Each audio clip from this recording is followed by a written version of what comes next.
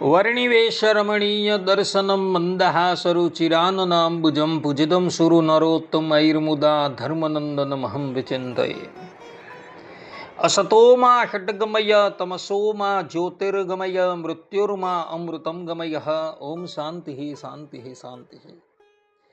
अस्मद्गुरुसमारम्भां नाथयामुनमध्यमां लक्ष्मीवल्लभपर्यन्तां वन्दे गुरुपरम्पराम्। આજની જ્ઞાન સભાની અંદર પધારનારા બધા જ ભગવદ ભક્તોને વેદાંતાચાર્ય પુરાણ ઇતિહાસાચાર્ય એમએ ફિલોસોફી શાસ્ત્રી રાકેશભાઈના હિતપૂર્વક જય સ્વામિનારાયણ।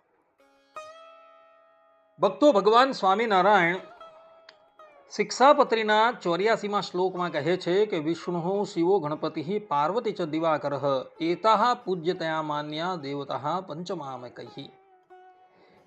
અર્થાત કે અમારા જે આશ્રિત તેમને વિષ્ણુ, શિવ, ગણપતિ, પાર્વતી અને સૂર્ય એ 5 દેવ પૂજ્યપણે કરીને માનવા।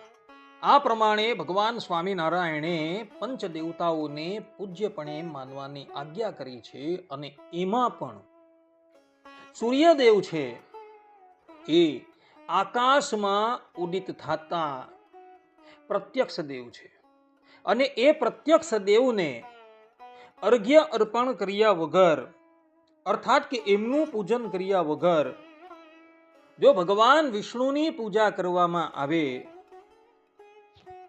તો ભગવાન વિષ્ણુ એ પૂજા ક્યારેય પણ સ્વીકારતા નથી। આ સંબંધમાં વામદેવ સંહિતા 6ઠા અધ્યાયના 41 થી 43મા શ્લોકમાં ભગવાન શંકર દેવી પાર્વતીને જે વાક્ય કહે છે એ આત્મસાત કરવા યોગ્ય છે। આ વામદેવ સંહિતા જગન્નાથ ભગવાનના મહાત્મ્ય પરક છે। તો આ વામદેવ સંહિતામાં ભગવાન શંકર દેવી પાર્વતીને કહે છે કે અર્ઘ્યમ યાદાત યતો દેવી વિના અર્ઘ્યેણ ચ નશ્યતિ ત્વમેવ બલિદાનેન અર્ઘ્યદાનેન ભાસ્કરઃ અતઃ સકાશાદ હે દેવી સૂર્યા અર્ઘ્યમ ચ પ્રદાપયેત સૂર્ય પૂજામ વિના વિષ્ણુ પૂજામ યો મૂઢઢિશ્ચરેત સા પૂજા રાક્ષસૈર ગ્રાહ્યા પ્રીતો ન સ્યાદ જનાર્દનઃ। अर्थात कि हे देवी, अर्घ्य के बिना, अर्थात कि सूर्य को अर्घ्य के बिना पूजा का सारा फल नष्ट हो जाता है। जैसे तुम बलिदान से प्रसन्न होती हो वैसे ही भगवान सूर्य अर्घ्य दान से प्रसन्न होते हैं। हे देवी, इसलिए पहले सूर्य को अर्घ्य दिया जाता है। जो मूर्ख सूर्य की पूजा किए बिना विष्णु की पूजा करता है उस पूजा को राक्षस ही ग्रहण करते हैं और इसके द्वारा विष्णु संतुष्ट नहीं होते हैं।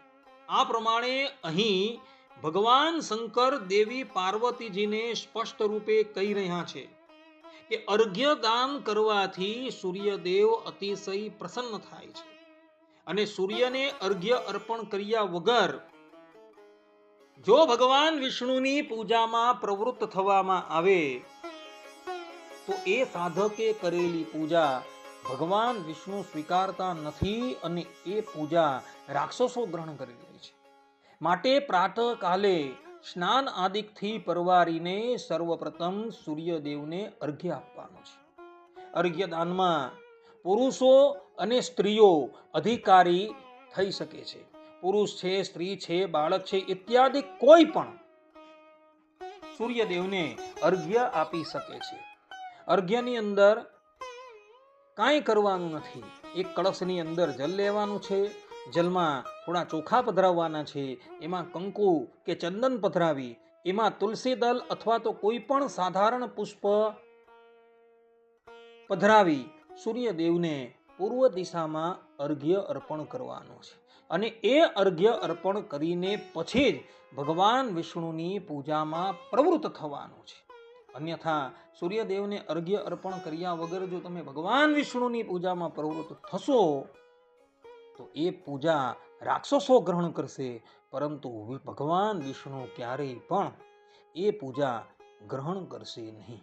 આ સંબંધમાં જે લોકોને કંઈક શંકા હોય એ વામદેવ સંહિતા છઠ્ઠો અધ્યાય જોઈ લઈએ. એમાં ભગવાન શંકરના આ વચનો દેવી પાર્વતી પ્રત્યે છે. આટલું કહીને હું મારા પ્રવચનને અહીં વિરામ આપું છું. સર્વે સંતુ નિરામયઃ, સર્વે સુખીનો ભવંતુ, સર્વે ભદ્રાણિ પશ્યંતુ, મા કશ્ચિત દુઃખ ભાગ ભવેત. અસ્તુ. જય સ્વામી.